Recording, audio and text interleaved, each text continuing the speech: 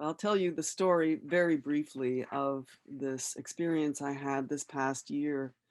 COVID had just broken out, and it was on Easter Day that my closest friend, my companion for 20 years, was diagnosed with advanced pancreatic cancer with less than 3 months to live.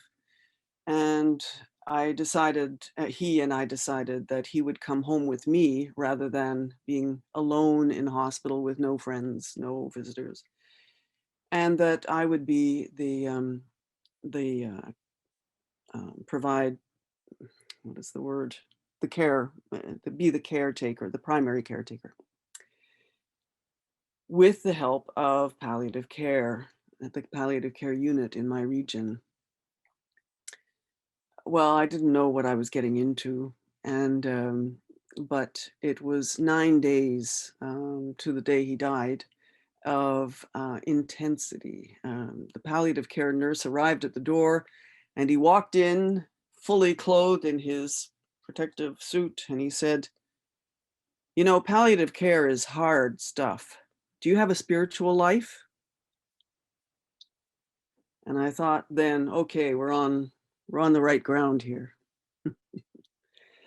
Anyway, those were very intense days, and gratefully, I had a couple of people accompany me. One, his own son, his youngest son, and also a dear friend of a mutual friend who was a retired nurse. And together, we provided a kind of home for John in his last days.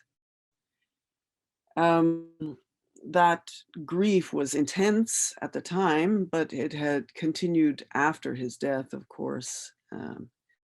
Because the whole situation had snuck up so quickly, and we had so little time to adjust. And there were some wonderful moments during that period, though, and I'll describe to you one. The two of us are people of faith, and we in our community we often sang this Teze chant that speaks to a sort of the contemplative spirit, the quietening of the heart.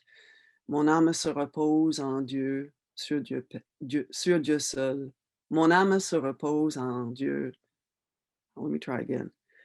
Mon âme se repose en paix sur Dieu seul. De lui vient mon salut. Oui, sur Dieu seul, mon âme se repose en paix.